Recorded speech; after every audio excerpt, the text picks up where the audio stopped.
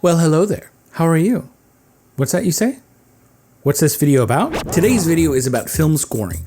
More specifically, a piece of music that I wrote after being completely and utterly inspired after seeing an animation that was created by my friend Jonathan Winbush as part of an update to his course, Creating the Unreal, which you can find over at mograph.com, which, as the name of the course implies, it is everything that you need to know about using Unreal Engine. I'll put a link in the description below and you can go check it out for yourself. Just so you know, I'm not being paid to say any of this. Jonathan is an amazing talent and creator, and I'm honored to be able to call him a friend and colleague. I genuinely love supporting my friends, and the guys over at mograph.com are pretty talented and awesome themselves, so go over to mograph.com and check out Jonathan's course. So let's get into this. So here we are in Cubase, and the first thing I'm going to do is I'm going to hit play. I'm going to let you hear the music with the animation, and then I'm going to go back through it and I'm going to talk about my thoughts and the process that I went through in creating this. So let's go back to the beginning here. Let's go ahead and select all of these. I'm going to hit play.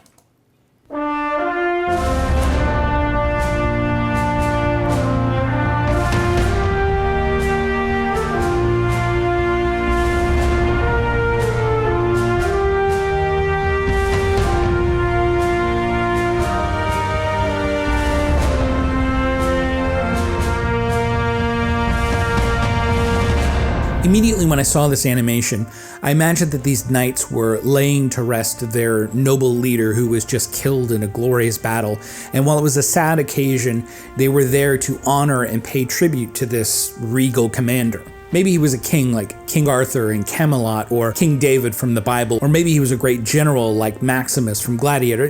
Those details didn't really matter.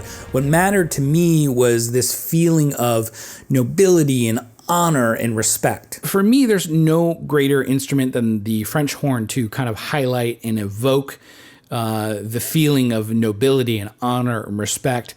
So I knew right away that that was going to be my lead instrument. Like a lot of other composers, I started sketching my ideas out on the piano, and one of my absolute favorite pianos is Cinepiano from Cinesamples. And in fact, most of the instruments used in this cue are from Cinesamples. And I'll get to those other instruments shortly. Like a dum-dum, I didn't save the original piano sketch that I did, but the piano part that's in here now gives you an idea of what was going through my head. So I'll play that along with the French horn. And as you'll be able to hear, I had this kind of underlying rhythm playing under the lead line.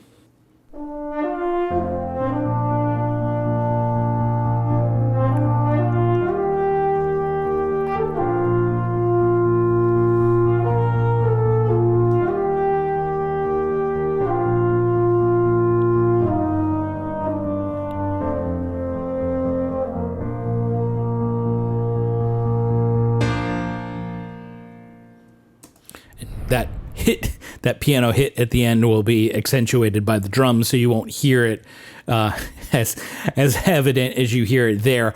And you know, for the lead instrument, like I said, I used the French horn to kind of carry the melody. And in this particular instance, I used the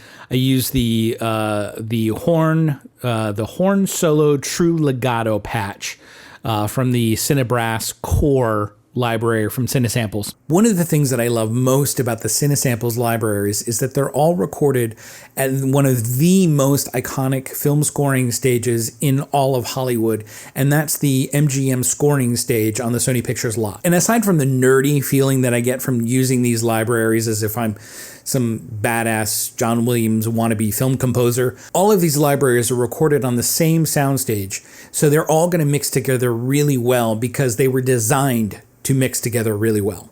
And once I had the theme figured out and laid down, I went back and started orchestrating it, and I'll go through this one by one here. One of the first things that I wanted was this rhythmic bed or underscore for the whole theme, and I found this really great patch in Nexus that's in the Hollywood 3 expansion pack called Ascension, and it was absolutely perfect for this. So let me actually play this with the piano and the French horn, and we'll solo these. Let's play that.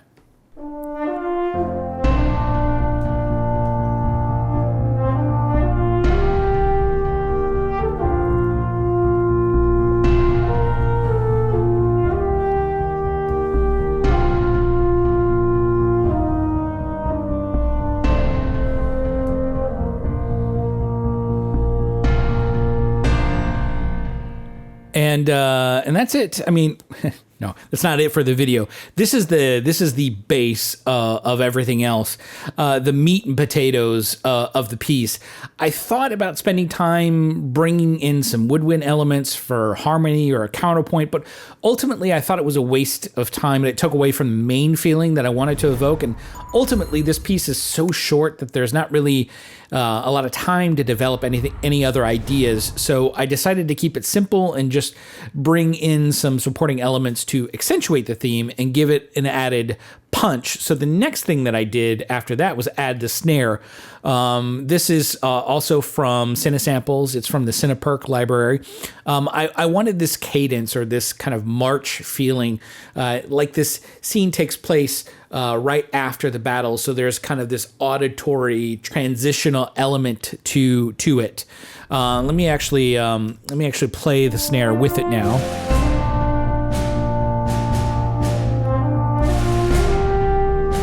Kind of almost feel kind of like a march to it.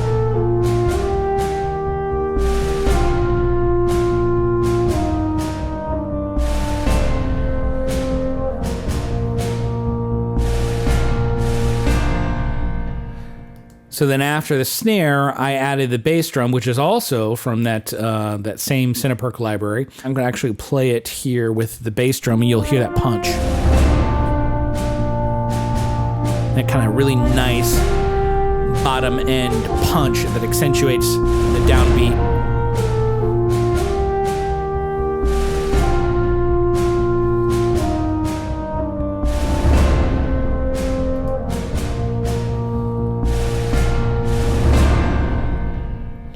So this gave me the exact punch I was looking for on that downbeat, but I wanted to add some other percussion elements in between the bass drum hits.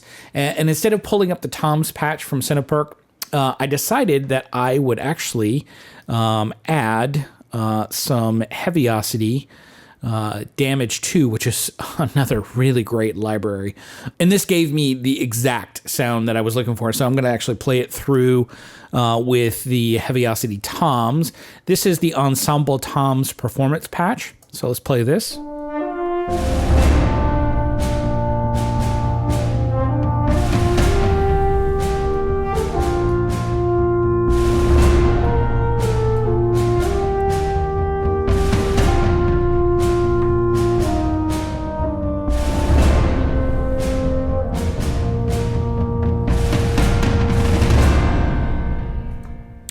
So that's the Heaviosity Damage 2 package there. So after that, I actually went back to Cinesamples and I brought up the strings ensemble patch from the CineStrings chord library.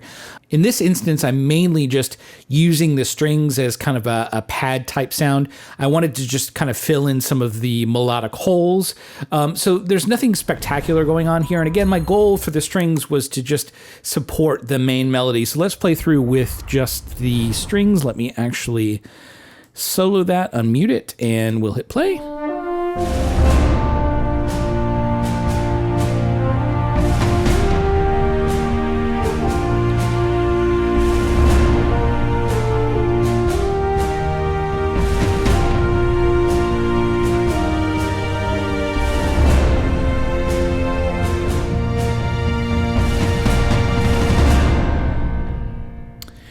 And the last thing that I did here is I doubled the French horn part with the trumpet. And let me actually unmute all of this stuff. This is also from Cinesamples and CineBrass chord library. This is the true legato patch. And this is basically just doubling the French horn part. I just wanted to give it, kind of a nice added kind of hint of regality to the piece.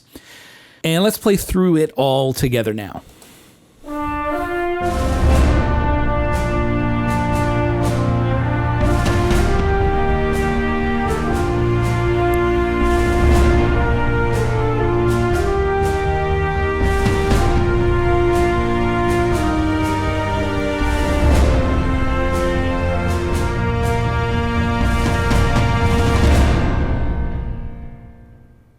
And that's pretty much it. I'm going to hop back into the other session, the frozen tracks section, so we can talk about the plugins that I put on in the mix. Okay, so here we are in the session with all the frozen tracks, and primarily the reason I freeze the tracks on these things, so it frees up a lot of system resources. So then when I switch over to the mixer page right here, you can see here on the brass, on the trumpet and the French horn, I've just kind of added an instance of Neutron 3, and I just went and I used the big brass warmer preset, and I did that both for both instances, the trumpet and the French horn. So that's pretty simple right there. I literally just used the preset inside of Neutron. And on my master channel, this is probably my most used master chain right here, which I'm using Universal Audio's BrainWorks Master Desk. I use this on almost everything that I create. And what I've since added to my master chain is I've added soft tubes, drummer, I don't know how drummer, the S73. I generally just stick on the Clarity 2 setting right here, and I sometimes tweak some other things. And then the last thing on the chain is I usually put in the Weiss MM1 mastering maximizer, and I just use the mastering for iTunes preset. And a lot of times actually what I'll do is I will actually drop the limiter gain down to like either -3 or -6 depending on the track itself. And that's pretty much it. That's all for this video. And as always, if you have any questions about anything that I covered in this breakdown video, VST instruments, libraries, the process that I went through, plugins, whatever it is, let me know in the comments below. My goal with this channel is to do what I can do, or do what I know how to do, to help you be a better creator. And of course, reach out to me on social media. I would love to see and hear what you guys are creating. So do me a huge solid. If you got value out of this video, I would very much appreciate it if you give me a thumbs up. Subscribe to the channel if you haven't already. You can hit that little bell notification icon to be notified of future videos. And that's it. I'll see you guys in the next video. Stay frosty and keep creating. Bye for now. Stay frosty. What is that? Stay frosty? Where did I get that from? Oh, it's a line from Aliens? You mean the movie Aliens? The one that James Cameron directed?